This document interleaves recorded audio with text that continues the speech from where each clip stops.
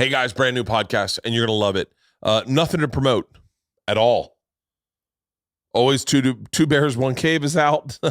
Bill Bert is out, and this one's a great one. As you guys know, I've been obsessed with history as of late, and there's one guy that's there's like few guys that are go-to guys when it comes to history, but if you're a big Rogan fan, you know for a fact that Daniele Bolelli is the guy. And so I got lucky enough to talk to him. I think we talk about Teddy Roosevelt a little bit. We talk about my obsession with World War II. We talk about a lot of great stuff. It's just a history talk. And so you're going to love it. So without further ado, ladies and gentlemen, today's podcast, Daniele Bolelli.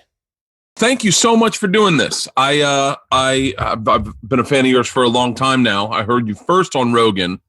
And it's funny. I literally, you're one of those guests that Joe has on where I was like, great guest. I'd never have him on my podcast. I have nothing in common with him. And then all of a sudden I became fucking obsessed with history.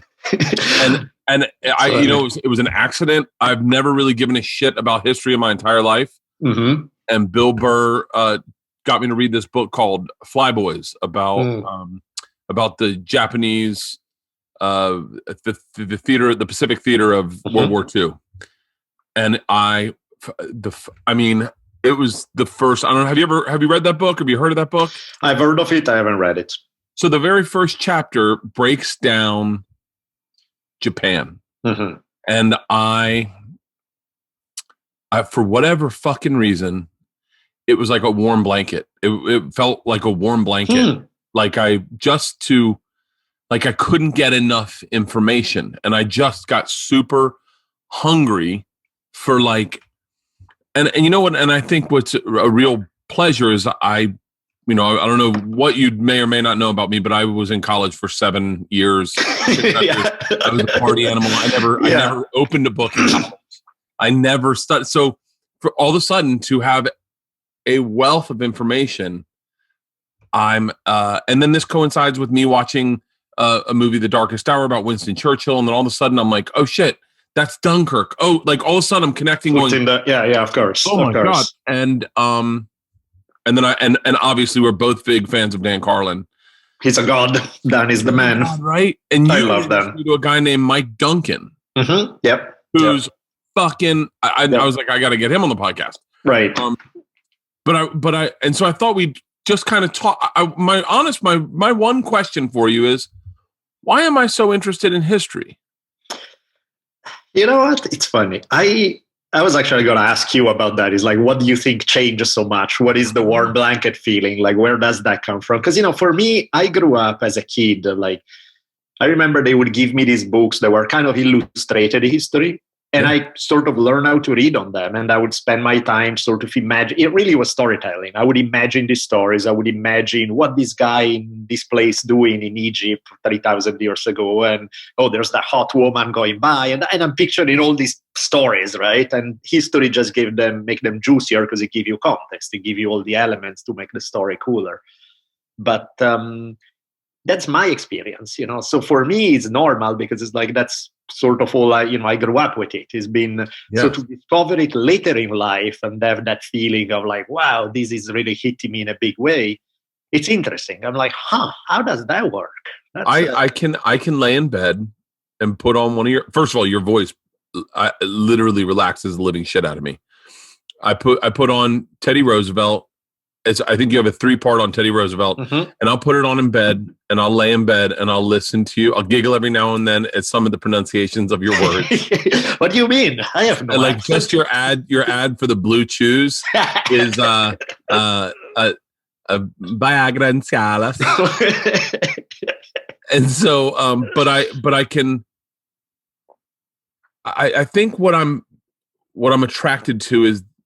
I was trying to vocalize this to my buddy Tom Segura, and I was saying, in a world where everything that we talk about is kind of uneven, I was trying to explain to my dad about a guy, or I already fucked up, a woman who had transitioned transition. She was I'm like fucking it up and I'm afraid to talk about it. Right. So right. In a weird way, when you hear stories like the Japanese people going into China and literally raping everyone and cutting their heads off and putting them on spits, and there's definitiveness to it. It's a horrible act that you can't deny, and there's no one needs to. It's real, there is something about history where I'm no one's apologizing for it. No, exactly. And no one, and everyone's, and it's very, it is very concrete. It is, and I for some reason, and I didn't understand monarchies. I didn't understand. I really didn't know that at one point everyone had a king and queen, and that's. I mean, I know I've heard this shit. Yeah. I know that's why we started America, but I didn't realize. Oh fuck, we were like game changers. We're like, fuck, we don't want a king. And today I'm sitting there going, wait, when did Italy get rid of their king? 1942? Is that Mussolini? Shut up! And all of a sudden, it's like watching The Usual Suspects. You're like, oh, he can walk again. It's almost like solving a mystery, I guess. Yeah, there is that for sure, because so much of history, you are a little bit here, a little bit there. There's no context. There's no rhyme or reason. Something could have happened 2,000 years ago or 100 years ago. And unless you start having a clear sense of what's up, it all meshes in one big thing. But then when you do start putting the pieces together, it's more fun. Because you see, it's like, oh, that's why this thing happens. That's how this is connected to this other thing. Oh, it's not a coincidence that these guys were thinking similar stuff because they all lived at the same time. They were dealing with the same thing, and that, I don't know, to me, it had a texture to the human experience. It's like if you, by virtue of just time limitations, every one of us is only alive for so long. So you can only acquire so much experience through your own personal experience. History is like a cheat code. It allows you to gain experience from other people's lives. And, you find out what they did, where they screwed up about, what they had great ideas about, what experiments worked out, which ones didn't. And it's fun that way because it's like, oh, I can use that. Oh, that helps me quite a bit. And it becomes really like a video game cheat code where it's like, oh, now I've acquired all these other people's experience in the process. During the uprising, I don't even know what you're supposed to call it because I don't want anyone to think I'm politically sided to one way or another. I try to stay out of politics, but during the uprising that happened at the Capitol, at that time, I am happening upon Tsar Nicholas II. And I'm realizing, first of all, how ineffective that fucking guy was. It takes some special talent to fuck it up that much. Yeah. He fucked up a dynasty that had been around forever. I mean, and by the way, he didn't need to do much to just throw some sausages at his coronation or like at a party. That's it. Right? Yeah. A little extra, and then not be like, fuck them. That's basically, he looked at the Russians as like, fuck them. They're gonna be here tomorrow. Like he really took advantage of that country. But what is amazing to me, I hope I say this with respect to whoever it's going to offend, is the same fucking morons that stormed the Capitol, those same fucking mouth breathers that decided violence against our government was the way they were going to solve it, were identical to Lenin and Stalin and all those fucking idiots that killed. Right. They only killed Tsar Nicholas because they were going to, they just killed Tsar Nicholas as like a Hail Mary attempt to save their footing in Russia. And I'm sitting there going, people have always looked at Lenin and Stalin as like, Stalin at one point was probably the most powerful, influential man in the world. Right. He was a fucking idiot. Yeah. He was a fucking idiot. One of the Stalin thing that cracks me up the most is when, he's a paranoid freak, right? If you look at him weird, he has you shot and your whole family kind of thing. And the one time when he decides to trust somebody, he trusts Hitler. He trusts Hitler. Yes. Hitler.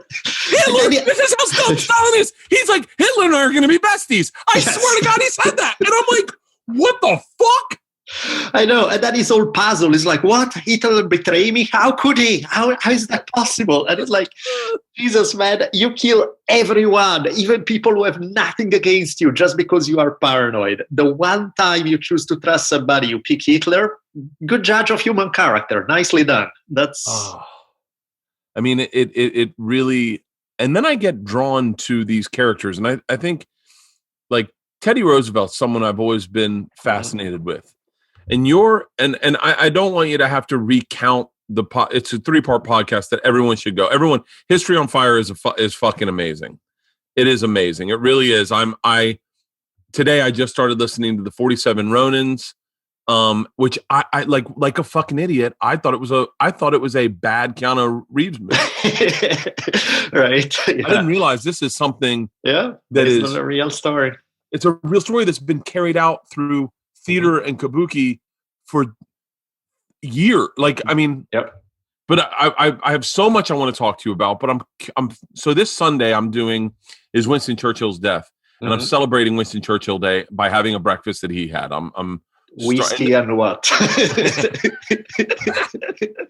Whiskey, a cigar, some eggs, some bacon, some toast, some jam, and a glass of water. And I am starting it at 8 a.m. and I'm dictating jokes to my wife. That sounds excellent. Yeah, right? What could possibly go wrong? Yes. What could possibly go wrong?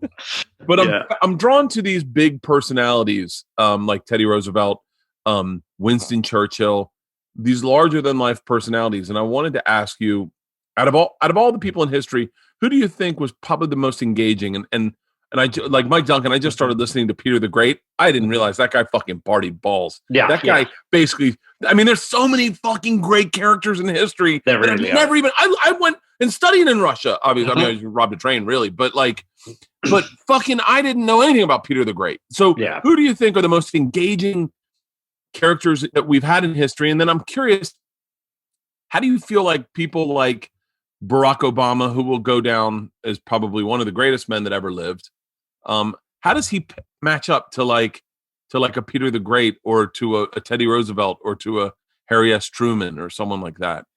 I think it's funny. Yeah, the ones that I find myself really fascinated with, they all share a characteristic of being mildly mentally deranged. They all have something there that's just like not quite fully functional.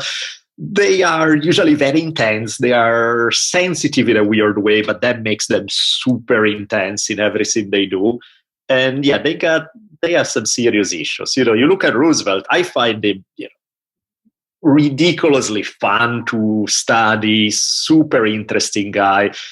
But, you can accuse him of a lot of things. Being a perfectly stable, mentally stable guy is not one of them. He's just... Or, I did a series on Crazy Horse. I have a hard time. I'll be very candid, and I hope this doesn't come up once again. I go back to this reality we live in now, where people take offense to the littlest things. Everything, sure. I have a very hard time listening to anything Native American, because it starts to. I hope this sounds right. I start to lose sympathy for them. Like, which way? What happens? They were fucking so emotionally detached, I feel like is the right word. Like, just that they'd cut someone's nose off and be like, yeah, you got no nose now. We cut your nose off. And that didn't register. That, we just I read a book. Rogan recommended some book on I want to say it was on, I don't know what it was on. It was on Native Americans, and I fucking read that book, and I just was like, I think I know which one it is. And I think that's also part of the problem with the way history sometimes is shaped. That book, the one you're thinking of, Joe was really gung-ho about this book on the Comanche. Yeah. I'm trying to find a way to be polite about it, but that's just like the most ridiculous crap I've ever read, because it's just so historically inaccurate. It's not even fun. Like, the dude is clearly going for overdoing everything. So and it's not to say that, the opposite is true, that you need to romanticize people, because sometimes people are mean motherfuckers, and that's fine to say it and be explicit about it. But like, to me, it's sneaky when you clearly somebody has an agenda, and they will zero in on every single aspect that's disturbing. They will buy into a bunch of stories that are not even true to add to the disturbing part, and they completely hide all the other stuff. So that what you end up is a complete stereotype of like, I want to, this book has to be about savagery and people freaking out going, who are these monsters? And, unfortunately, the way it's done is just so... it's just so shady because it's just, tweaking historical evidence to fit a preconceived notion rather than actually doing history.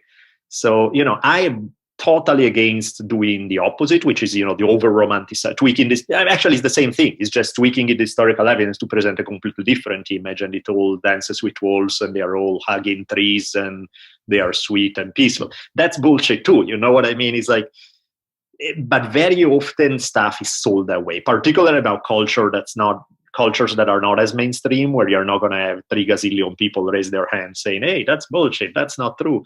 So many authors, filmmakers, and so on shape it to be their own fantasy projects. So they turn it into something that has very little to do with reality. It becomes a caricature, either a caricature for they are the noble savage who's in touch with nature and they kiss babies and have visions all day long, or they are the most vicious people on earth, and if you say hello, they kill you. And it's like, neither one is real. You know what I mean? It's like, it's a lot more complicated than either one present it. And yeah, that book is trippy because so many people have read it and become ridiculously popular. And I mean, I read it and again, I understand, not everybody, that's kind of what I do for a living. So it's a little easier for me to pick through it. But as I was going through, I was like, man, this is so blatant. It's like, if you're going to screw things up, do it in a little more underhanded way, be smoother about it. I'm a big fan of people who are bullshitters who can pull it off. That's just such a rough job such a rough way to go about it, where it's pretty odd. Like, I don't know, like right off the bat, there's a thing is like, the Comanche were the only guys who managed to successfully breed a horse in North America among North American tribes. There are like a bunch of other Nespers were super famous for doing that. Things where you're like, dude, if you lie about something that well known, that basic, what the hell, So that's kind of what that's tricky. I got the vibe there. What's interesting is I do feel like I am reading books written by old white men sometimes. Yeah. And it's got an old white vibe feel to it. Right. Old white vibe feel to it. Yeah, and I think that's what's tricky. That's what I find interesting sometimes about when I have to prepare a series. In some cases, I already know a lot on the topic. In some cases, I don't. And I have to kind of start from scratch. And, you read the first book and you're like, wow, this gives me now I get it. And then you read the second book and you're like, no way, I didn't get it. There's a whole other side to it that I didn't fully. And then, and by the time you hit book number 6 or 7 or 8 on the same topic, you're seeing it from so many different angles. And the whole thing becomes so much more nuanced than what you got from book number 1. And, maybe you get lucky and book number 1 is awesome and it does a fairly good job. But it's like adding layer of paints to the story. It's like the first one is good. It's a good start, but then each one adds a level of texture and understanding that goes way, way deeper. Now, eventually you have to stop because otherwise you turn into Dan Carlin and it's like, I'm going to release an episode every 5 years because I have to read every single book that has ever been written. And it's like, no, you probably don't need to do that. You can relax a little, but at the same time, I understand it, because it does make a difference. Tell me about Crazy Horse. I want to talk to you about World War I a little bit, only because you're Italian, and I keep finding Italy is not involved in anything. Mm-hmm. Italy really kind of dodged a ton of fucking bullets. But I'm and what's crazy is when you talk about, you read the one book. I read one book, the War That Ended Peace, mm-hmm. and it's about World War I, and the whole fucking book is basically telling about where everyone was before World War I. It barely even talks about World War I. They like about 500 pages in. They're like, okay, and then World War I starts, but that's for the next book, right? Yeah, and I'm like, Jesus Christ! Like, and Russia is just such an interesting fucking place. Yep. With as big as it is. Yep. That's humongous. But tell me a little bit about Crazy Horse, because I saw that on your list. I mean, it's funny. I'm curious what works well for you on History on Fire, if you know what gets the most downloads, because I'm assuming Teddy Roosevelt had to be the biggest. Yeah, that's a big one. 47 Ronin actually went really well. I did a lot of the ones where I do biographies tend to hit it even more than when I tell a bigger story that involves a million characters, where there's a focus on one person. Those tend to do even better than usual. You did so well with Teddy Roosevelt and grabbing me in. I mean, I love facts like when you go, you mentioned he had asthma and that his dad thought to help asthma he needed to smoke cigars, and all of a sudden I'm like all of a sudden a fact like that just draws me in, and I can envision it. I can see a big oak desk and him sitting him down, son, have a cigar. It's good for your asthma. Yes. Or driving around in the cars. I drove around. I have asthma too, but I have allergy-induced asthma. And literally, I was like, I'm going to go for a ride in the car, just like old Teddy Roosevelt. Like, it's so amazing. But tell me a little bit about Crazy Horse, because I dodged that because I felt like every time I read anything about Native Americans, I become unsympathetic. Crazy Horse. Have you ever watched the Netflix series The Punisher? They did a couple of seasons. Yeah. So basically, Crazy Horse is the Punisher. It's the Native American version of the Punisher. It's almost to a T the same story. Oh. He sees everyone he loves die in one way or another. His mom hung herself when he's 5 years old. And then, you go through his life and he's like, one tragedy is a big one. When you hit tragedy number 25, you're like, how are you still standing? How can everyone he loves, something horrible happen, right? And he's clearly, has serious PTSD. He speaks very little. He's a super reserved guy. In Lakota culture, where there's a lot of kind of boasting and muscle flexing and being very macho and being like, I'm the toughest, being so soft-spoken and mellow, he kind of got overlooked, like, what's with you? But then when they are in battle, everybody's got to pay. He's like the prototype of the strong silent type, because he's just such a badass that everybody's like, okay, he may not talk much, but Jesus, this guy is something else. And you do get, like, yes, one point when his brother dies, his way of dealing with it, of dealing with the grief, he just leaves camp on his own, and he just goes down to hunt any soldier he find, isolated, and just kill them by himself. I think like one of his friends said, he killed enough to satisfy, and then he came back home. And, and it's very much that Punisher thing, right? Where the only moment where he can stop this monstrous pain that he feels all day long, because there's all his life is lost everywhere, is when he's in battle. He goes off in battle and he just kind of gorge into the fighting. And that's when everything calms down and he can be oddly enough at peace for a while.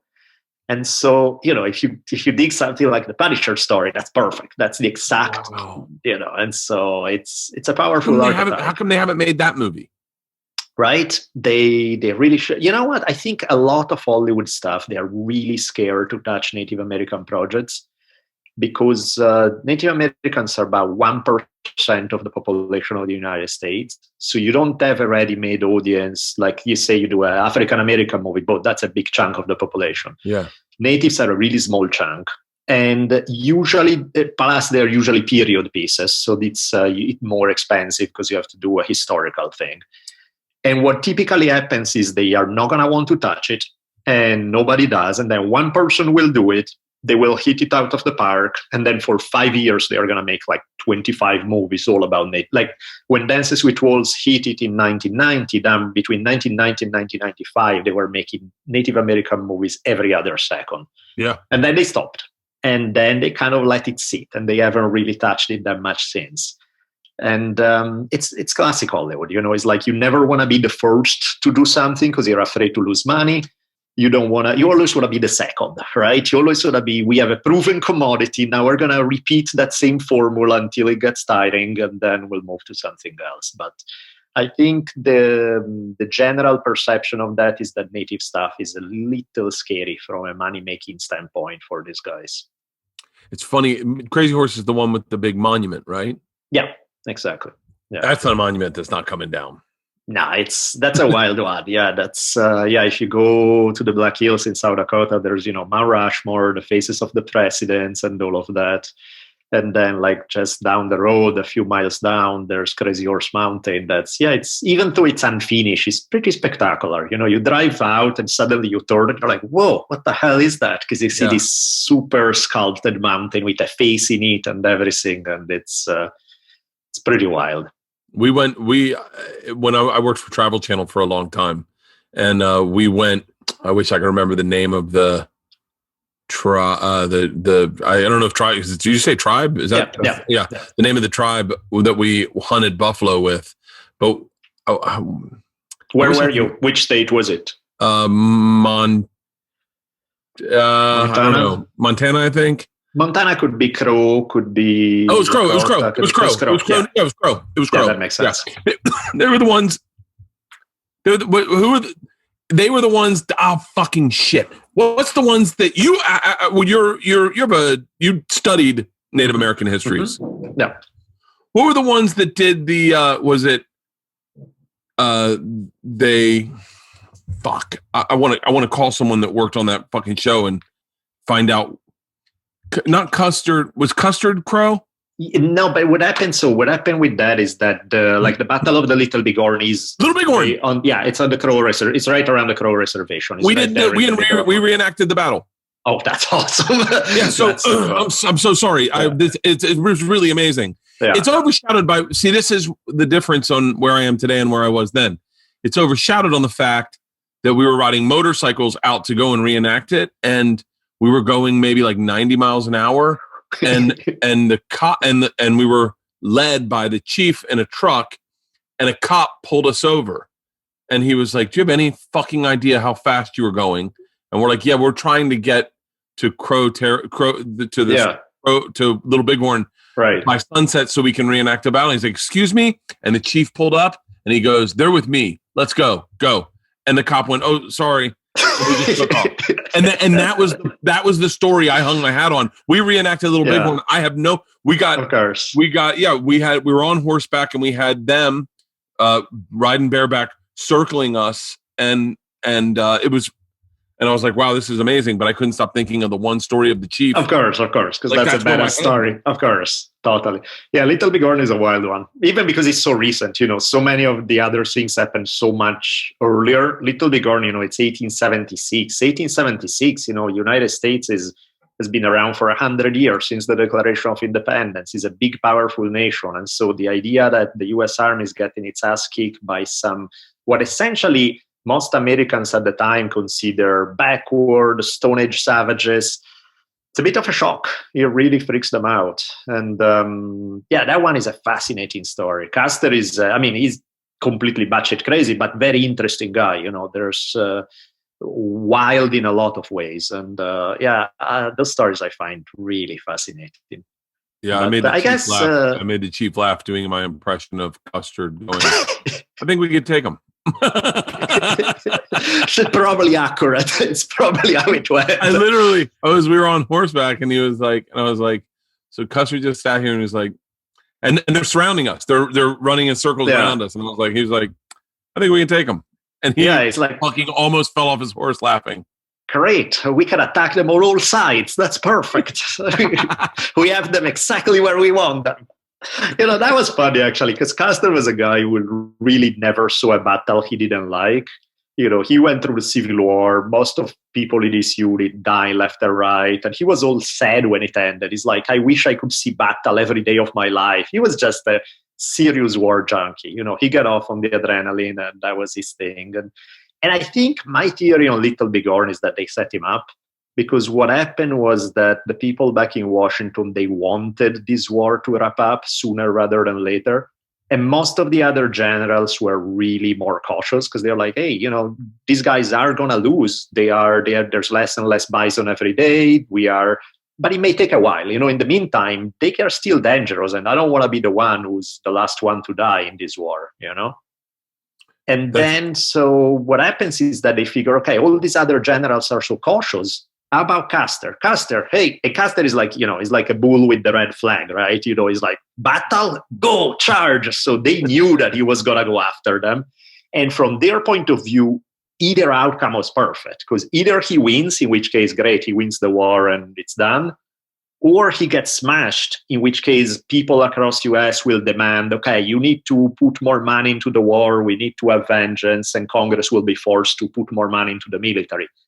Either way, from the generals backing Washington standpoint, it's like, we win either way. Either he wins or the dumbass gets killed, and we get what we want regardless. So you kind of get the feeling that they set him up.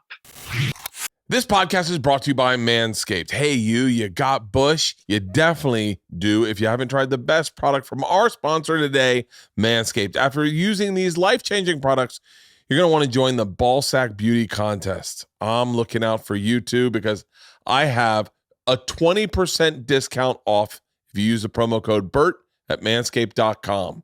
Manscaped is dedicated to helping you level up your full body grooming game with their Perfect Package 3.0. The Perfect Package 3.0 kit comes with the Essential Lawnmower 3.0 waterproof cordless body trimmer with a ton of liquid formulations to round out your grooming routine. This is the best trimmer to help you trim up the hedges. This trimmer features a cutting-edge ceramic blade to reduce grooming accidents. And thanks to advanced skin-safe technology pioneered by Manscaped, you're not going to have to worry about that. When you trim the hedges, the tree stands taller. I used to say when you trim back the bushes, there's more sidewalk.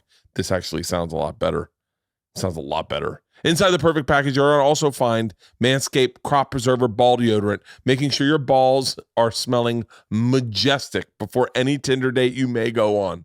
You're also going to find the Crop Reviver Ball Toner Spray, a spray-on testy toner that's designed to make your balls smell irresistible. And be sure to add the refined cologne to your arsenal. With the Perfect Package or Performance Package purchase, you get 2 free gifts with the Shed Travel Bag, $39 added value, and the patent high-performance reducing chafing Manscaped Boxers. Get 20% off plus free shipping with the code BERT at manscaped.com. Do yourself a favor and always use the right tool to trim up your bush and make it the best bush trimming experience.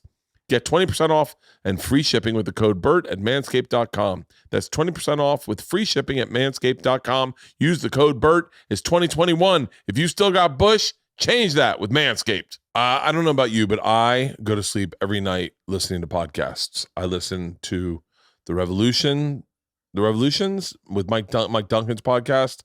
I listen to audiobooks, and if my wife's in bed, I have to have earbuds in. The best ones for this, and I'm not joking, are Raycon's wireless earbuds. They are tiny. They fit directly in your ear, and I have checked them up against the name brand ones, and they are fucking awesome. Look, whether or not you're catching up on your new favorite podcast, binging an audiobook like me while I sleep, because that's how I like to sleep, or powering through your workout with a pumped-up playlist, a pair of Raycons in your ears makes all the difference. No dangling wires or stems to get in the way. Raycon comes in a range of stylish colorways, but will always be comfortable in-ear fit for a more discreet look, and they really do sleek right up to your ear, like right in there. Raycons are built to perform anywhere and anytime with water and sweat-resistant construction and Bluetooth that pairs quickly and seamlessly. Here's what also I want to give you what is the best part about these, and they have enough battery life for 6 hours of playtime. So you can unplug for a long time, or at least until you fall asleep. And what's great is they're more accessible because they're only half the price of the premium earbuds. So I actually have 4 pairs. I keep 2 on the treadmill, 2 in my bedroom. When we start traveling again, one of those will go in my bag. You can have earbuds everywhere, so you never have to be in need of earbuds. Raycon's offering 15% off all their products for my listeners, and here's what you got to do to get it. Go to buyraycon.com/Bertcast. That's it. You'll get 15% off your entire Raycon order, so feel free to grab a pair and then a spare pair. That's 15% off at buyraycon.com/Bertcast. Buyraycon.com/Bertcast. Yeah, that's it's interesting who we remember in history. Mm-hmm. In that you, when you describe Custard, I go, yeah, it sounds like a fucking idiot. And then I'm like, oh, that's one of the few names I know. Sure, of course.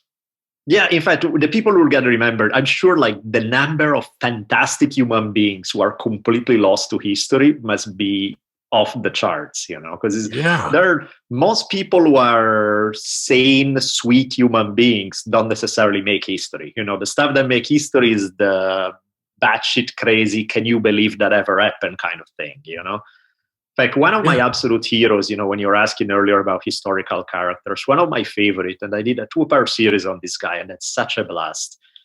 Because after a while, sorry, I'm going to lead up to it, but like after a while, what I was realizing, man, everyone I cover I like them, but they are psychopaths. They are all killing people. They are all really deranged. Like, they are not happy lives. You know what I mean? They are interesting lives. They are not happy lives.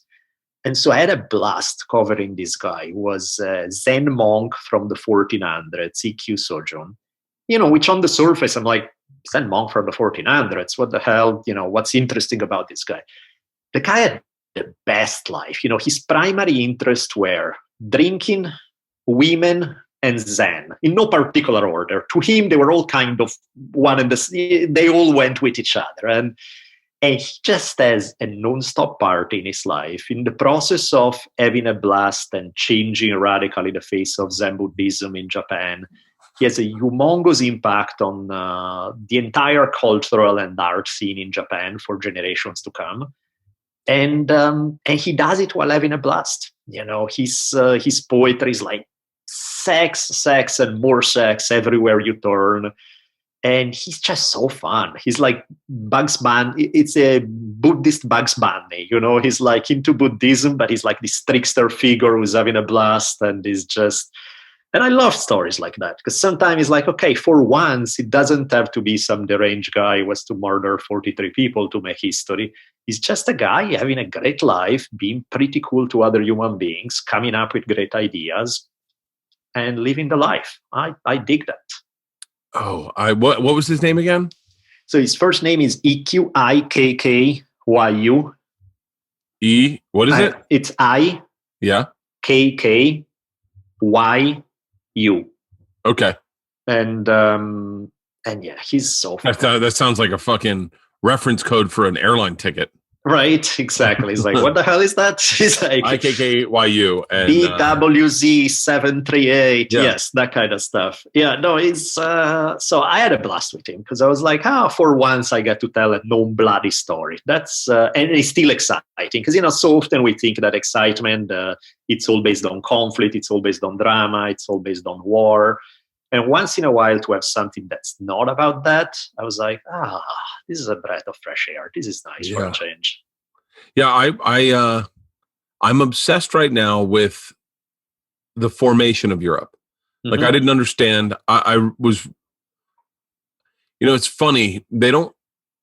I really feel like I had one history teacher once who I think he was a con artist, but he was a good start. Fucking good. He didn't teach us the stuff that you're supposed to be taught. Like, we spent a whole semester on barnstorming. Mm-hmm. He was like obsessed with barnstormers. Fun.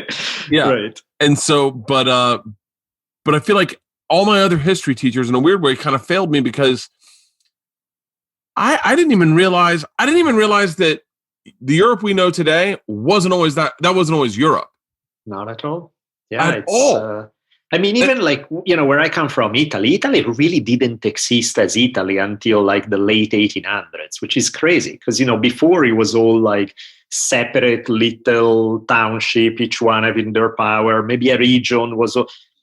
But even if you go today to Italy, like certain things that I never understood growing up, now they make sense when I look at the history, where people absolutely hate each other from one town to the next. And maybe one town to the next is like 15 miles away. And you're like, you're the same fucking people. How are you even arguing? You can throw a rock from one town to another and you hit it. Of course you're the same people. What the hell what is this rivalry about?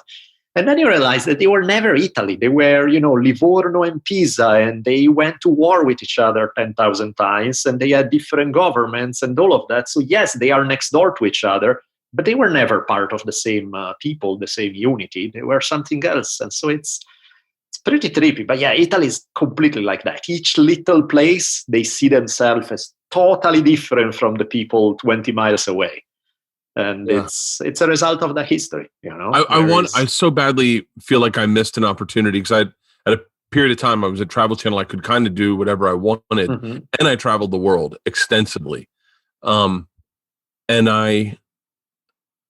you know, I don't regret it. I had a fucking blast, but it was a lot like being a stripper. I had a great time. I was making good money, but like I was like, there's no future in this. I need to get back and stand up. And now I look at Italy, where we traveled a lot through Italy and drove through Italy. And that's scary in itself. Yes. Yeah. Oh, we did such cool shit in Italy.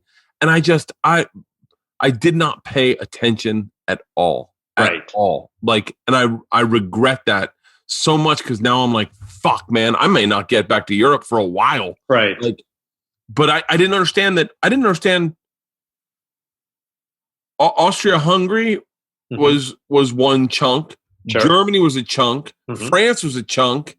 Spain was a chunk. Yep. And then Russia. And then all of a sudden they chopped it all up and said everything's everyone. And then that was the fight. Is Hitler wanted to get back the Germanic people, and then wanted to conquer, and then Stalin's like, fuck it, we'll take it all. It was like, for when you growing up in Italy, what were your history classes like? Did they talk about, like, we never learned anything other than what happened here?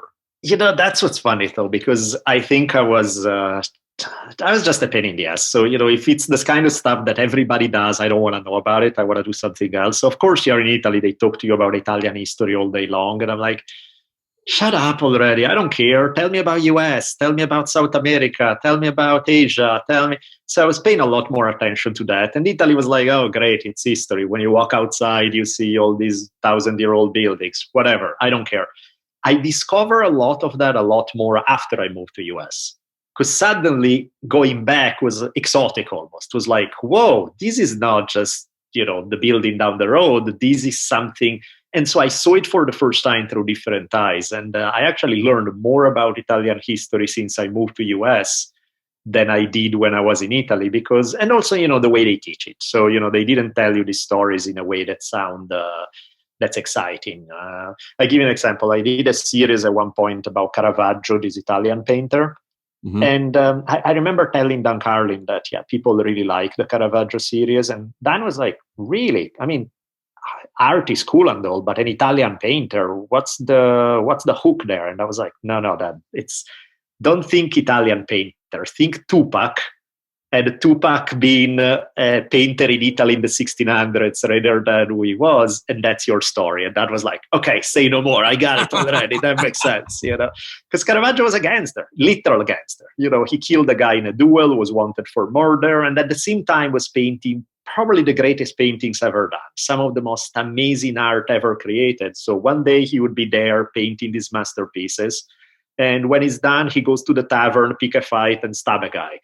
And that's his life, basically, you know? So I was like, okay, if they told it to me like that, I would have paid a lot more attention. If you just tell me, oh, look at the chiaroscuro technique, and now it's like, I don't care as much, you know?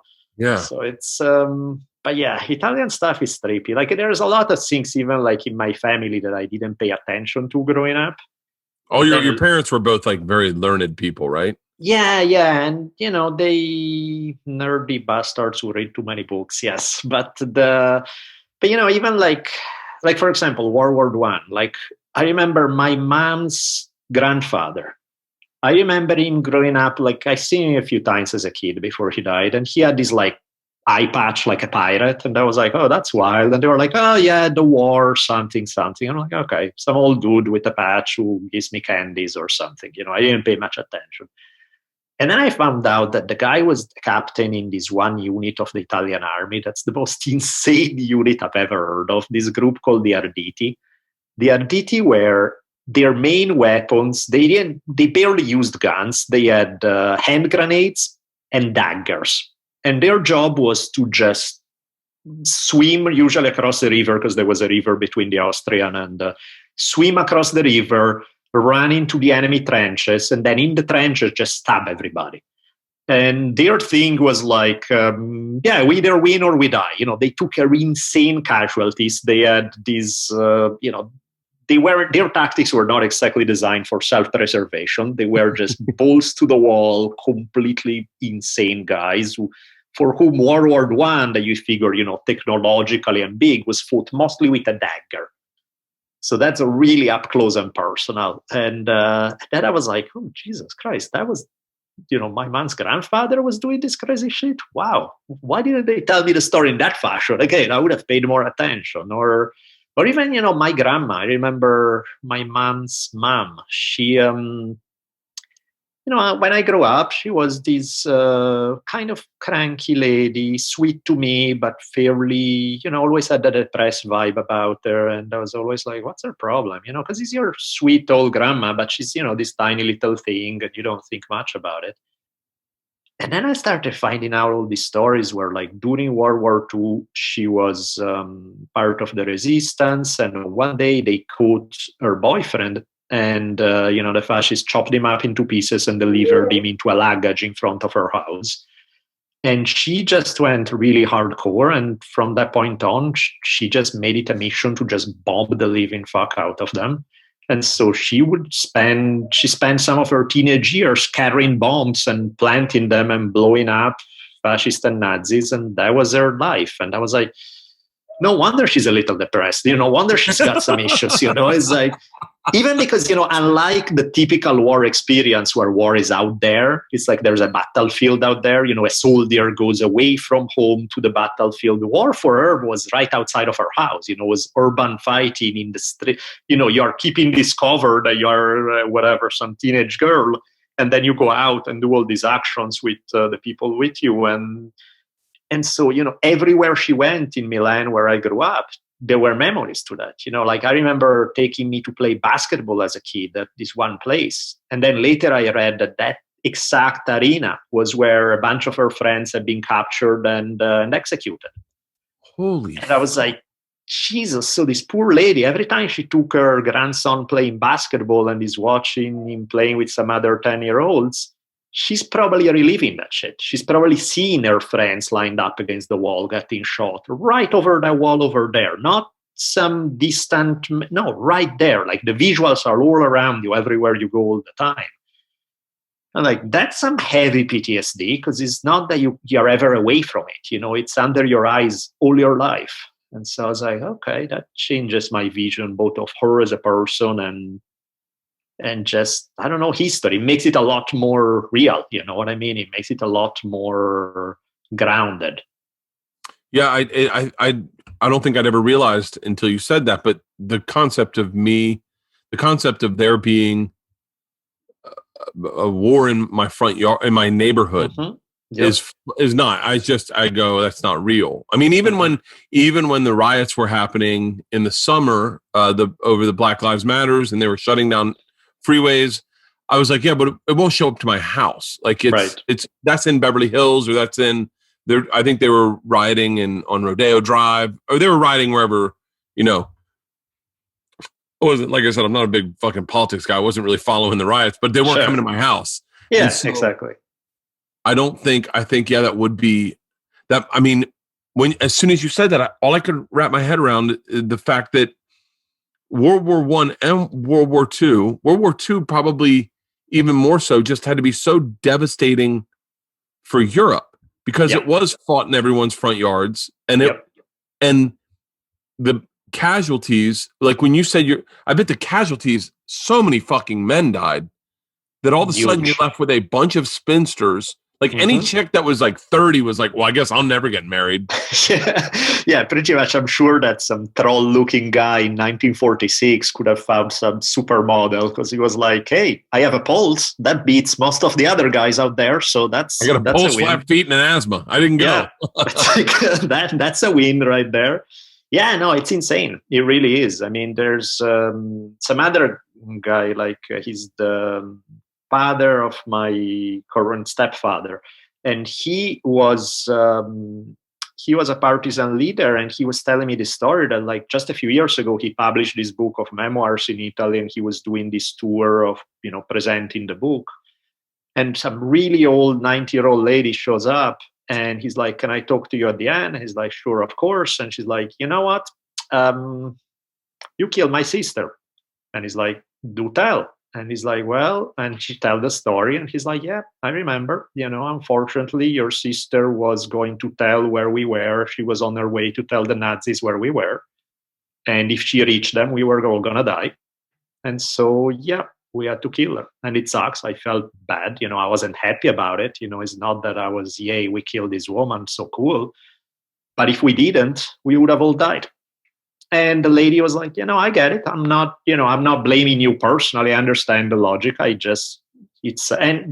whole point at the end was pretty much just civil war sucks, man. Civil war is just a horrible. There are no winners in a civil war. There are just different degrees of losers. Everybody loses something in a civil war. And in this case, the poor lady, who knows, maybe she was a Nazi sympathizer, maybe not. There were a bunch of people who did stuff like that because maybe they had a relative in a concentration camp and they were hoping that by helping, they would get clemency for their relative. Or they were not all bad people. It's not like they were the other side. They are all these evil, terrible people. It wasn't like that. And so it's that makes it harder because it's so much easier, if you're in a war and you think, oh, those guys are monsters. They are the evil Nazis. And some are, but some are not. Some is like some poor bastard who got conscripted and would rather be home with his family. And you still got to kill them.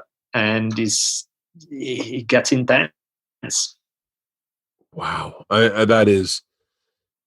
my dad has his father kept a journal in World War II, and his father stormed the beaches in Normandy, and he sent me photocopies of the journal, and I have them. But it's interesting. What I was like, he didn't talk about what's his name died or whatever. He was just talking about how fucking cold it was. I'm sure. Cold it was. I'm sure. Yes. He went to shave and he'd put water in his helmet and he had to break it with his razor because it would freeze over immediately. Wow. Yeah, I think you would remember that kind of cold for sure. Yeah. It's what part of history fascinates you the most? Like what time period? What is the one place you always find yourself going back to? Because as you mentioned South America, and I literally was like, I don't know anything about South America. Right. And I bet I would fucking love that shit. All I know about South America, some racist politician I had dinner with one time, and he was shitting on, I don't know who he was shitting on. Maybe Mexicans, I forget. Right. And he was like, they didn't discover the wheel until like the 1900s. Right. And I was like, what? And he was like, yeah, they had it. And what's so crazy is that they had it, but their kids were using it as a toy. Yeah, that's actually a true story. Yeah. I mean, it kind of makes sense because, if you go through big chunks of Mexico as jungle, so yeah, they did have a wheel, but it doesn't help you to have a wheel if you don't have roads, and good luck having giant big roads through the jungle. So it's like, doesn't matter. Yeah, you can know about the wheel. Doesn't matter if the environment doesn't favor it, Yeah. But yeah, it's pretty wild. I guess for me, the big ones are, what do I go back to all the time? One that I'm fascinated with prehistory. I'm super fascinated, and we know so little about it, so that makes it more. So what is prehistory? I guess, when we were hunters and gatherers, before 10,000 years ago, so before you see people starting to start farming and settle down in permanent villages, when you live as hunters and gatherers, that word is so fascinating to me because it's like, it's the most time that we've been around as a species. We have been that. And, the last 10,000 years are a dot compared to everything that happened before. So everything that shapes us as human beings is... what the hell is my dog doing? That's I thought that was your daughter for a second. Yeah, no, there's just like my dog is doing some crazy stuff. Sorry. Crazy dog. I don't even know if he's a dog. He looks more like a rabbit. But in any case, so the thing is, that's what makes us us. That's in our DNA, that like living in small tribes, 20 to 100 people kind of thing in this close-knit community, moving across the land, doing all that. That's something that is at the roots of who we are as people. And I think it shapes so many of our instincts, so much of the human psychology and stuff. I mean, even think about something basic like, like all kids are scared of the dark. And you're like, what the hell is there to be scared of? It's the dark. And then you remember, wait, the dark was when all the predators came around. And all you had to keep you safe from these giant monsters wanting to feed on your flesh was a sharpened stick and a little fire. I can see why there are very good reasons to be afraid of the dark, you know? And by the way, that would not calm my daughter Isla down. Listen, this makes sense. You're scared of the dark because that's when the predators show up. You can't defend yourself. Your eyes are closed. You're not aware. They just grab you and rip the skin. She'd be like, this isn't help, Dad. Yeah, it's a terrible story. I think it's like when that was reality. That was your life. It's like, yeah, let's hope that the fire holds and let's hope it scares them enough. And if not, let's rely on this pointed stick to take down that saber-toothed tiger. That's unsettling kind of thought. And so that interests me because that one is, there are no states. There is no society at large. There's your tribe. There's your group of friends. There's your extended family. And that's life. And that's all you know. And I'm really interested in trying to picture what that must have been like, what that world must have felt. And during COVID right now, I made the mistake of getting myself a PlayStation 4. So I started playing nonstop Far Cry Primal, which is exactly that. It's like a video game designed for me because it's all about like prehistory stuff. Yeah. I can spend hours. Even when I finish the game, I'm like, who cares? I'll play the game again. It's just too fun to be in that world. It's like too... Yeah.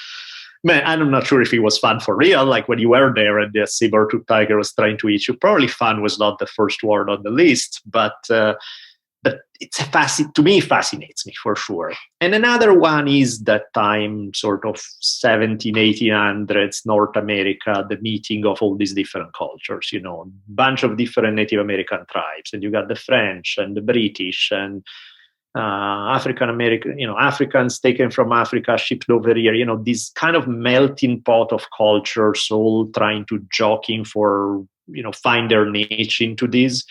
I find that very fascinating. And also, that's the exact opposite of prehistory. Whereas prehistory, we know so little about it. That one, we know so much about it. And yet, it wasn't that long ago. It's historical time. You're talking about maybe 200 years, something like that. And so historically speaking, it's the other day, and yet it's a completely different universe. It might as well be 30,000 years ago because it's so unlike the way we live today.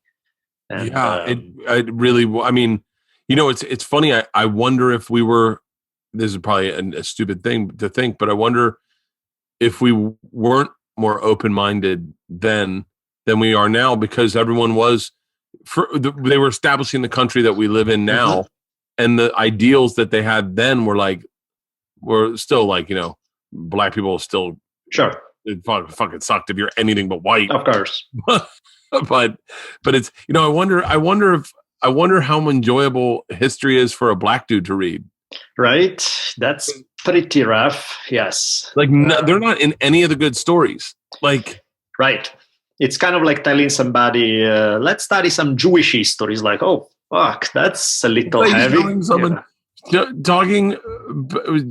Going over history with the black guys, like showing pictures from your vacation to him. Like, right. Yes, man. That was me. I was wakeboarding.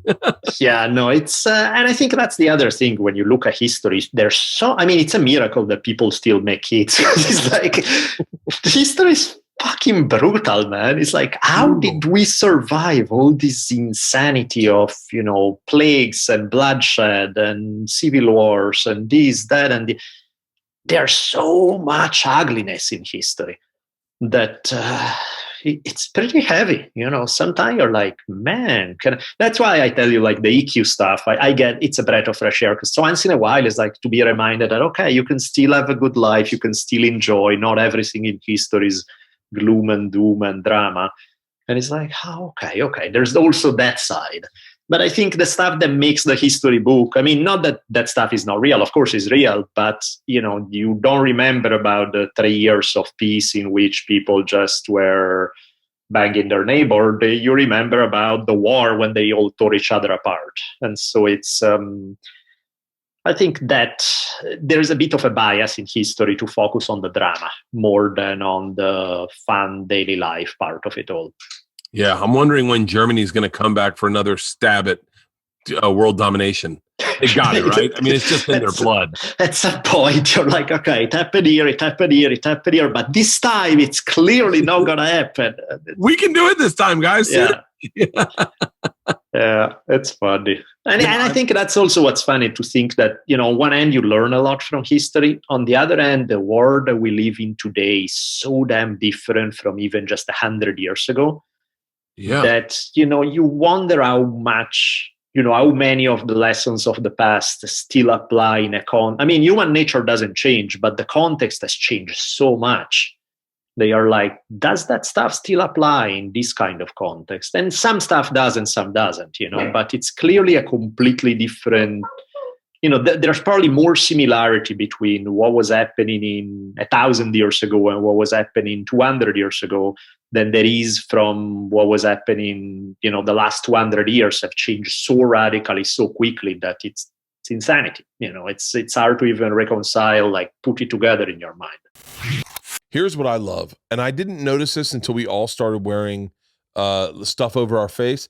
I love a good face shield when I'm outdoors. It helps with my allergies. Oddly enough, it kind of pulls out all the allergens in the air, and I then can run better outdoors. I can't do it with one of those masks because I don't want to look like a freaking lunatic.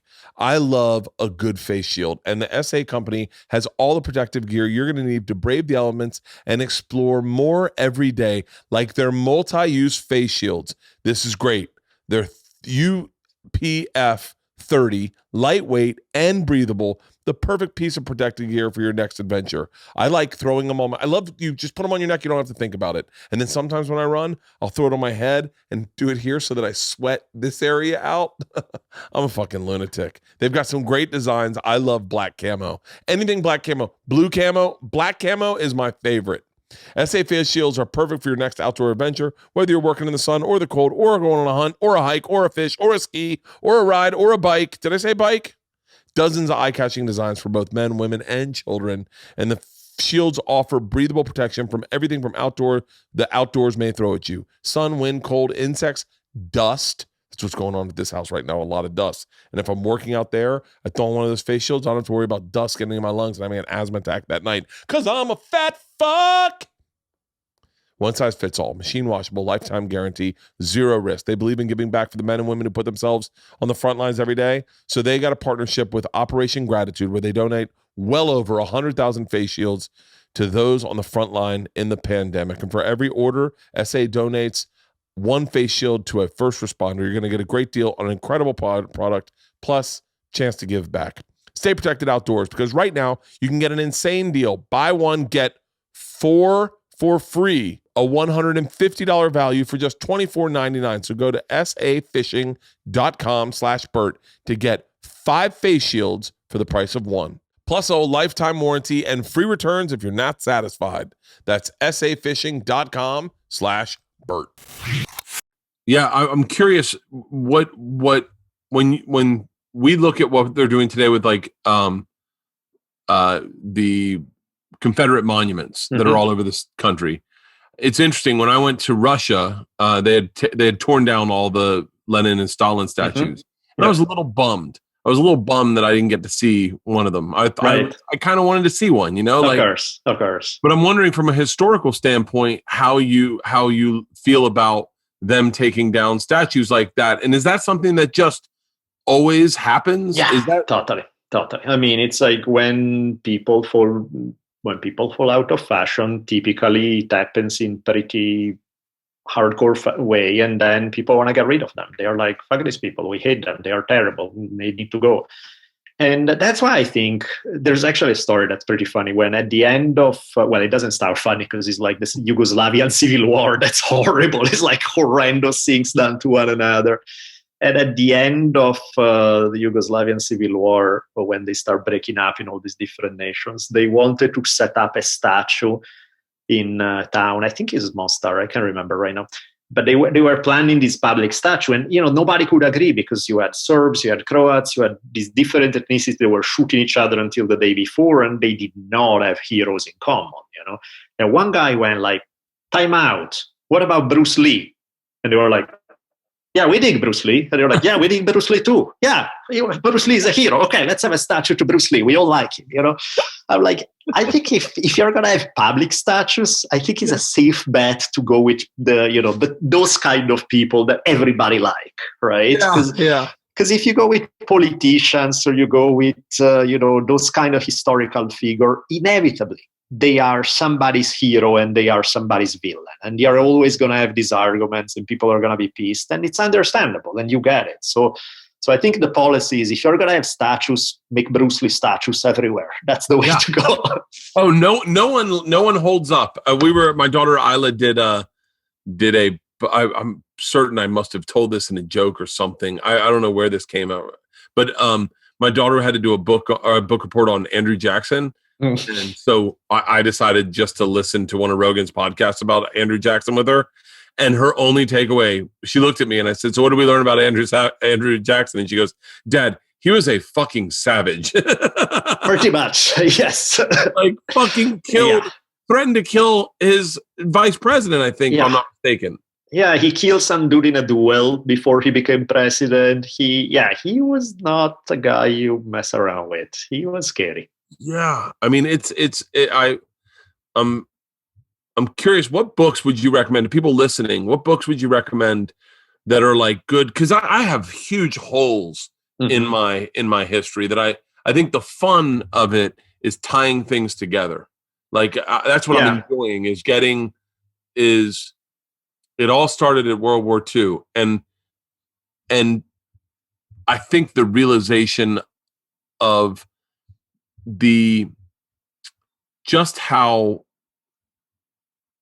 isolated Japan was from the world instilled really kind of a supremacy in their head of that they were better than everyone. And I've been to Japan. I love Japan. I think Japan's one of the coolest places I've ever been in the world. It is such a culture fuck. Yep. The fact that how silent it is there, how quiet it is. It is. And then to read this and go, oh, they believed that we were animals, like we were actual animals. They believed Chinese people were animals. The Koreans were animals. Like and I was like, they've got a lot in common with fucking Hitler. Like, no wonder they saw eye to eye.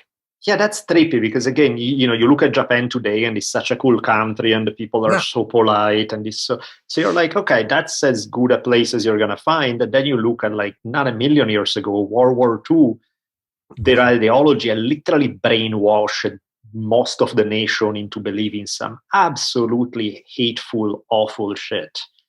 And that really speaks to the power of brainwashing. Like, it's the same as like when you study cults, when you see like people were fairly reasonable until day one and you look at them 2 years later and you're like, wow, the lenses through which they view reality are so far removed from what you see as reality that you're like, how do you even begin to have a conversation about that? And they did that to the whole country. I mean, they did that to the whole country, was brainwashed into that. Thousands of people would jump off a cliff when they saw American soldiers. Yeah, exactly. And so you're like, wow, that's some serious brainwashing. That's some, that's scary. That because you look at the story of Japan in World War II is so brutal, nasty, and ugly. And then you compare to Japan today, and you're like, are they even the same people? It's like they look like completely different kind of humanity. And yet he's probably people's grandparents and great-grandparents. There's dudes. And by the way, this is why I'm trying to work on a bit forever about why people shouldn't read books.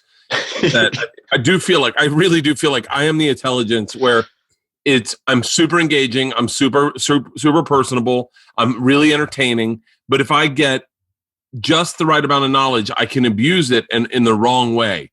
Like, and it's not the point that it's not the reason the guy wrote the book wasn't for a guy like me to get my hands on it and then spout off one fact. I love that. Japanese soldiers ate American soldiers. Yes. And I turned the whole country into cannibals. The whole fucking country was cannibals because 5 soldiers in Chichijima ate American soldiers. Right. But I forgot what I was going to say, but we were talking about because I was saying grandparents, and you were saying one of the guys that ate one of the fucking guys was in like the Rotary Club in San Francisco in like the 70s. He was like, I'm like, what the? There were dudes who like got done in the war and then came over to America to live a better life, and you're like, fuck, like it is. It is amazing. China seems to me, and it's so funny. I can't even tell you how many times I've been on stage irresponsibly talking about just anything Asian. I used to have a joke. This is how little I knew about the world. I used to have a joke. This was not a joke. It was a true story. I didn't know that Japanese people couldn't understand Chinese people at all. Right. I thought they were the same language. I thought it was like Boston and New York, like, hey, pack ahead. Go fuck. They're totally different languages. No wonder they're fucking war. Like, But China, it seems to me, has been fucking beaten up all through history. Yeah. And when nobody else is doing it, they usually do it to themselves. So they have these internal wars that are bloody as hell. Yeah, pretty intense stuff. Yeah, Chinese history is not a Disney movie, that's for sure. Right. Yeah, you're right, man. Yeah, there's so much crazy stuff out there. And dude, when you look at that part of the world. Japan beat fucking Russia, and then white people made them give it back. Yeah. That's what the fuck is that? I mean, in fact, that's, I think, is one of the things where it's like, you look at Japan in World War II, were they assholes? Yes. Were they royal assholes? Yes. It was terrible, absolutely. But you look at the history behind it and you're like, you kind of get it. You have the, for 200, because what happened was like, from the beginning of the 1600s to the mid 1800s, Japan sees that pretty much every Asian country got colonized by Europeans. And they're like, we don't want that. And the way it usually starts is it starts with missionaries and traders, which seems innocent enough. And they look around in Japan and they're like, okay, we have missionaries, we have traders. And in every other Asian countries, the next thing that arrives is that they colonize us and we're fucked. So they're like, okay, they squash the missionaries, they do a brutal anti-Christianity campaign, they limit trade, and they isolate. And they're like, for 250 years, they managed to have it pretty good with a period of relative peace. They remain independent, but they fall behind technologically because, you don't fight a war for 250 years. You don't engage with much of the outside world. And so when in the 1850s, the US knock on the door and say, hey, guys, we want to trade with you and we want to have access to your ports. And Japan is like, fuck no, we don't want that. And the US guys are like, it's unfortunate that you feel that way because we have big, huge cannons on these ships. And unless you open your ports, we're just going to blow you out of existence. And the Japanese realize that they don't have a leg to stand on. What are you going to do? Send a samurai from the 1600s to fight a modern? They are going to get crushed. So they're like, okay, guys, sure, come on in. We would be delighted to trade with you. But they are pissed, right? They got slapped in the face. They got humiliated. It's terrible. Then when they start copying what the West is doing and they become really powerful really quick, they defeat Russia and then they get screwed over in the peace negotiations. So they are mad. There's this sense of wounded national pride, of need for revenge, which is exactly the shit that is going to nourish the hyper-nationalism in Japan that's then going to lead to the absolute fanaticism that leads to World War II. So you get it. It doesn't justify all the horrible things they later did as a government, but you kind of understand where it comes from. And you're like, yeah, it sucks, but I get it. Yeah, I wish I'd watched The Crown with you. I was watching it with my wife who knows nothing. And I'm sitting here going like, wait.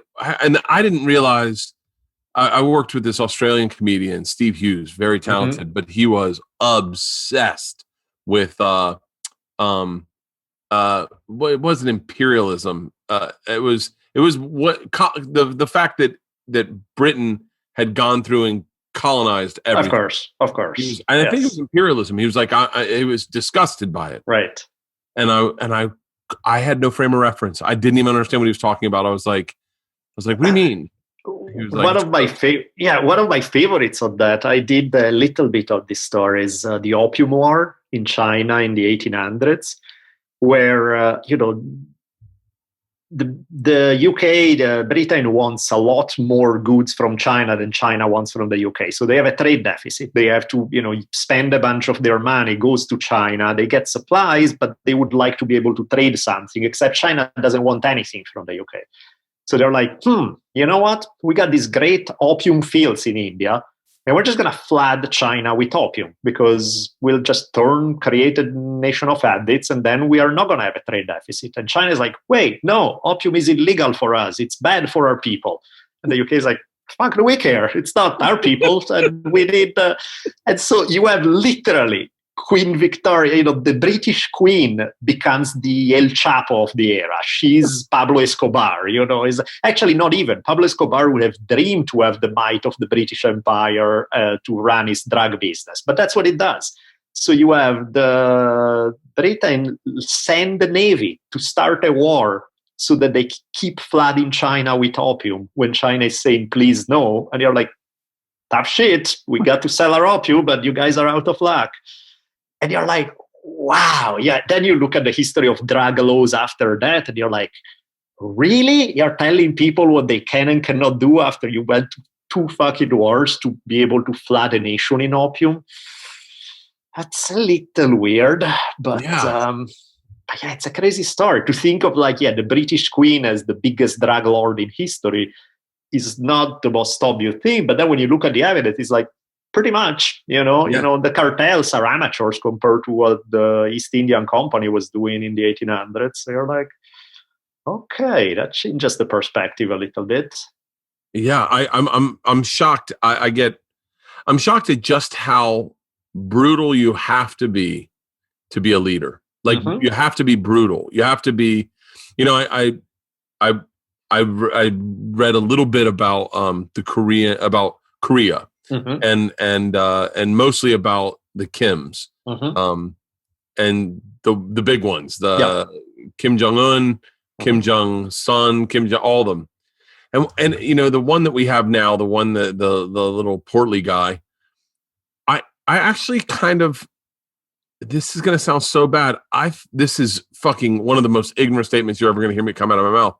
I felt like it was his people's fault that he had to do what he had to do. Fucking North Koreans. It's, the poor guy has to be a dictator. What can you expect? But if you think about it, so hypothetically says, hey man, I'm gonna loosen the reins. Okay. Right. I want you guys to have some freedom. The first thing they do is kill him. The first thing they do is murder him. Yeah. In the most horrific fashion possible. Yes. They are going to kill him in a way that is going to be the most unpleasant way to die. So he kind of has to keep his fucking foot on their throat. You guys are forcing me. I don't want to be a dictator, but I didn't like what my dad was doing. I didn't like what my grandfather was doing. But if I'm not them, you will fuck me up. Yeah. That's funny. I like that. That's a great beat. You should run with that because that's a great one. What sucks about history is there's no taking this newfound obsession I have and morphing it into stand-up, because people do not give a fuck, and they don't know shit. Right? Just as Americans are probably the same as me, is like they're listening to this podcast, like writing down notes, going like, because everyone, I mean, I think in the circle that me and you run in, Rogan, Joey Diaz, Duncan Trussell, Dan Carlin, that. I think people are interested in history, but to be able to fold it into material that is going to work on stage, it's kind of hard. I'll be lucky. I'll tell you what bits I have. Hold on. I have to have some bit. Hold on. Something. It's got to be about World War II. I'm obsessed with, or World War One. I'm fucking obsessed with World War One. I like the reluctant dictator, Kim, as a poor victim of his people who they are so unreasonable, and he has to be a dictator. I like that. That's a good one. The only bit that I have that is going to come out is the reason why you shouldn't read, because if my daughters hear me bring up Japan, they're like, Dad, please stop. Shut up already. Right. 5 people, 8 people, enough. Yeah. It's more than 5, but okay, I got it. But it's like, it's funny, the littlest thing like kamikaze, I didn't realize the definition of that is this wind that the wind that they won a war because of it. And what was some wind change? Yeah, when the Mongols were trying to invade them, which, as you well know from then, Mongols were not pleasant customers to have knocking on your door. So they got really lucky. But yeah, twice, 2 different times, the Mongols launched the ships. They are trying to get there, and these giant winds wipe out their fleet. Yeah. So and that is where kamikaze came from. They really hit the jackpot. Yeah. And so then all of a sudden they're throwing fucking methamphetamine up the noses of their young soldiers, going, get in the plane. Yep. That wind, you're that wind. You, Yep. the plane, are the wind. And it was like, it makes sense now. Then you're like, okay. Yeah, no, it's since you like that time period, there's one of the books that I read that was most enjoyable to read. Because, a lot of history is not really that enjoyable to read. It's kind of dry and tedious, and it's interesting when you dig out all the good info. Yeah. But the process is not necessarily fun. There's one called Ghost Soldiers. It's about World War II. It's the story of, it's the end of World War II, and there are the American survivors of the Bataan Death March. So they are these people who have been in the Philippines in a prison camp for like a couple of years, and maybe even 3 years by that point. And they are, Japan knows that they are losing the Philippines. They are about to retreat. And so everybody expects they are going to kill all the prisoners before they retreat. And so what this book follows the story of what essentially is like a special forces before there were special forces kind of thing, where they organized this raid behind enemy line to trying to go save the prisoners at this camp and to storm this camp. Written in it feels like you're reading fiction, but it's not. It's all absolutely documented, and that to me is the best history. When it doesn't feel like you're reading history, like it feels like somebody's telling you the most amazing story. And typically, this is funny, but typically historians don't write those books. It's usually journalists who are really good at telling a story, who do the homework like a historian, but they are not historians by profession. They are storytellers by profession. And so they know how to tell a story usually better than most historians. There are exceptions, but that tends to be the pattern. And that one is one of those books. You read it and it's like, it's a movie. It's phenomenal. The whole thing from A to Z, you read this story and it's so engaging. Yeah, give me a couple other books. Ghost Soldiers is one. Ghost Soldiers is great. Yeah, people, I'm like, that's all I'm doing these days. Yeah, one that I dig, it may give you a different twist on the Native American thing. This follows a Lakota family from like the 1870s down to like the 1990s. So you follow the same you see all the major events in history through their eyes. And it's called The Dull Knives of Pine Ridge. So again, it's The Dull Knives of Pine Ridge. That's really close. It may be my favorite history book because again, it's written like a story. It's written in this way that you're invested in the characters. There's humor. There are moments where you're cracking up, where these guys are just, and some people read it and they're like, oh, it's so sad. And I'm like, what are you talking about? Then I'm like, okay, because you never read a book about Native history. Yeah, there's a lot of sad shit. I take that stuff for granted because I've heard it 10,000 times, but I actually find it funny because there are like a million jokes in there. These guys find a way. They find humor in the darkest circumstances. So there are these tales where, even they'll tell some atrocious story about being on this, starving and running away. They're like, remember when Grandpa had to boil his own moccasins to be able to survive? Ha ha, that was funny. Can you believe he ate his own moccasins? And and they crack up and they have this, and it's fun. It makes it more human. It makes it doesn't make it a whiny story about, oh, poor us, they stole our land and the buffalo. That stuff is there, but it's through a real human feel to it, where there's humor, there's other stuff going on, and that's the backdrop, and those things are happening. But I find, as far as how it's written, so engaging. Kind of like Ghost Soldiers. You get Ghost Soldiers is World War II. This one is more of a Native American one. But it's very rare to find books like that, where you really get, where it feels like you're watching the greatest movie I've ever seen kind of thing. I read, like even others, like I read a biography of Caravaggio, for example. Of who? Let me see if I remember. The Italian painter I was telling you about, the Tupac of the 1600s. Yeah. That one is called, it's called A Life, Sacred and Profane. Caravaggio, so it's Alive, Sacred and Profane, and then his name, Caravaggio. And it's a good book. It's a really good book, but that's already a little more history, so it's way better than the typical history book. It's not as dry, it's more engaging, but it started going in that direction. So it's, I think that's kind of what gives me a job, or people like Dan or Mike Duncan, is that we do the legwork. We read 20 books. Would I recommend any of them? Probably not, because they are really damn tedious. But we are able to then dig through all this mud to find the speckles of gold in a story, and then you put it together with the other speckles of gold, and now you have something cool. And it's somebody who doesn't want to read 20 tedious books can hear a story and it actually sounds engaging. I think that's sort of what we do with the historical podcasting, is try to get rid of all the heaviness of history for people who are not specialists, where I don't have to show you, I don't have to go through 30 pages of explaining why this piece of evidence is accurate.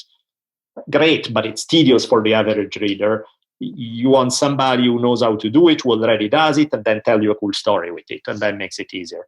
You guys do a fantastic job. I mean, I really, really, really enjoy it. And I mean, and especially in a pandemic where you're not leaving your house. And for me, right. I'm not really drinking. I drank last night, but I'm not really drinking. And so my favorite thing is we watch Netflix. I watched this thing on the Czars and on Netflix. I watched The Crown on Netflix, and then I go and get in bed and throw in, it's funny. I haven't listened to Dan in a while. Dan was like my first guy that I was like, I think everyone must have listened to him talk about fucking Genghis Khan. Yeah, that's one of the best series ever. That is phenomenal. That's perfect historical podcast. It is as good as it gets. I remember showing that to my dad, and him not understanding what, like, he was like, and my dad's a big fan of. You ever heard of James Michener? No, I don't know. So James Michener is he is a nonfiction writer. So like what he does is he takes a character that's fictional and then takes them through actual history cool. and then explains the history. Cool. So my dad is obsessed with Michener. I think Michener's done writing books. I don't even know if he's still alive. But if he is, love to have you on the podcast, James. And so we went through the Caribbean when I was in 12th grade going into college. We took a family trip, and my dad read Michener, and it was a story about these guys going from island to island, and my dad was fucking fascinated. But I showed him hardcore history, and I don't think he understood it. He was like, I don't understand what this is. Like, right. My dad still can't wrap his head around a podcast. And I'm like, of course, trust me. Yeah. It's like an audio book, but not an audio. Like, it's hard to explain to a 75-year-old man. Of course. And then he's like, well, where do I get this? When's it on? And you're like, oh, fuck. Yeah, that's, even that is funny, right? Just not that long ago, podcasts didn't even exist. It's like, Dan started, 2007 or 8, and he's a pioneer. And it's crazy. It's so funny. But, I never knew you as much of I just knew you as like on Joe's podcast, really interesting, into MMA, into like just more. I think it was the Drunken Taoist. Sure. Yeah. Was your podcast at the time, and then History on Fire. I'm like fucking obsessed. Yeah. After a while, I was like, okay, I'm slow, but eventually I catch on. It's like, okay, I am already doing podcasting. I teach history for a living. My favorite podcast is Dan Carlin's Hardcore History. How about I put 2 and 2 together and I actually do a history podcast? That seems to be God. But what's funny is, like, from the moment I decided to do a history podcast to when I released the first episode, probably a year and a half went by, because I wanted to have enough episodes lined up so that I didn't put out an episode and then see you guys in a year. I wanted to have enough of a lead on it. And man, that's when I realized how much work goes into it. To create like a 2-hour podcast takes probably 150, 200 hours of work. And so you're like, man, this is a full-time job.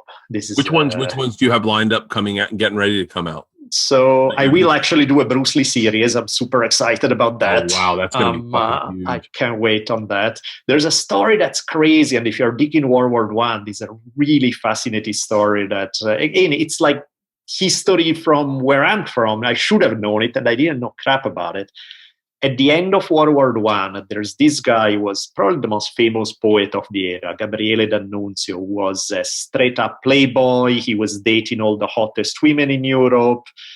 people think poet, and he's like, who the hell cares about poetry in that sense? But he was a rock star. He stopped traffic everywhere he went, kind of stuff. So it's different I really think more rocker star than poet. And he was a veteran of World War I. And at the end of World War I, what happens is that many Italians were expecting to get some territories that they don't get. And the nuncio says, fuck that. We should take those places. And the government is like, no, we have a deal with the Allies. We cannot do that. And the nuncio is like, fuck you guys.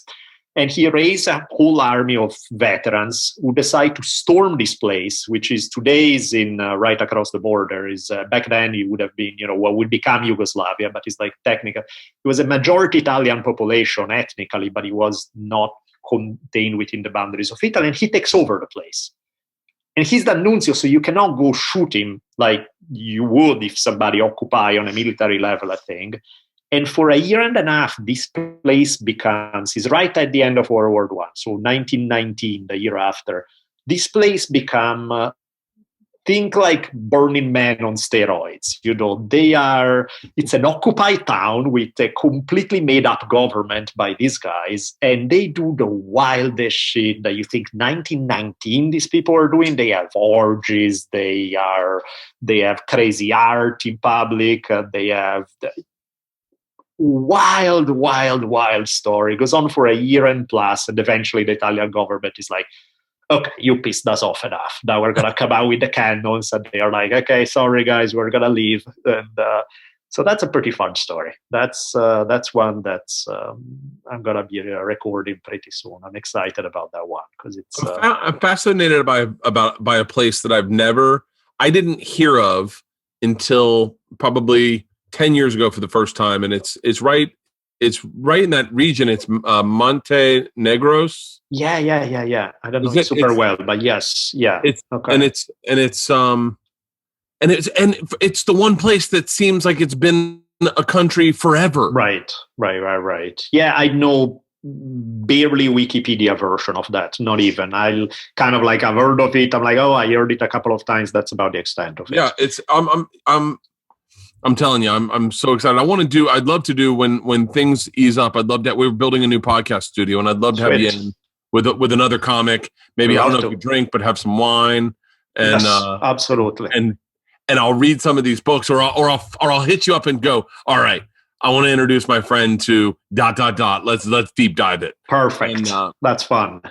Yeah, there's so many fun stories. That's the fun of it. That everywhere I put the finger on a history page, I'm like, oh, that's a great story. That's an awesome one. My wife was like, what are you going to talk to him about? And I was like, I just want to get to know him. I want to get to know him, and hopefully he likes me, and I'll do my podcast again. Yeah, I'm down with the wine drinking and wild storytelling. That sounds perfect. Oh, that's fucking great. Well, I genuinely appreciate you taking time to do this. Thank you so much. I want to respect your time, and when things loosen up, you're based out of LA, right? I'm just outside. I'm in Ohio right now. I was in LA forever, and then I just moved out a little, but it's like an hour and a half out of LA. God bless you. I wish I was in Ohio. Oh, God. Sweet spot. I got to tell you. It's nice out here. Great in Ohio. Yeah. Well, I really sincerely appreciate you doing this. I'll put all your promo stuff at the front of the podcast to make sure everyone finds you. But it was an honor, and hopefully I'll trade numbers with you, and I can text you every now and again, and then when I'm like, wait, real quick, who's this guy? Yeah, when you have a late night and a little too much to drink, we have that's perfect. That's the perfect conversation. We'll have a semi-drunken conversation about history. Well, I appreciate it. Thank you very much for doing this. Thank you so much. And stay safe. God bless. I'll talk to you later, man. You too. Thank you so much.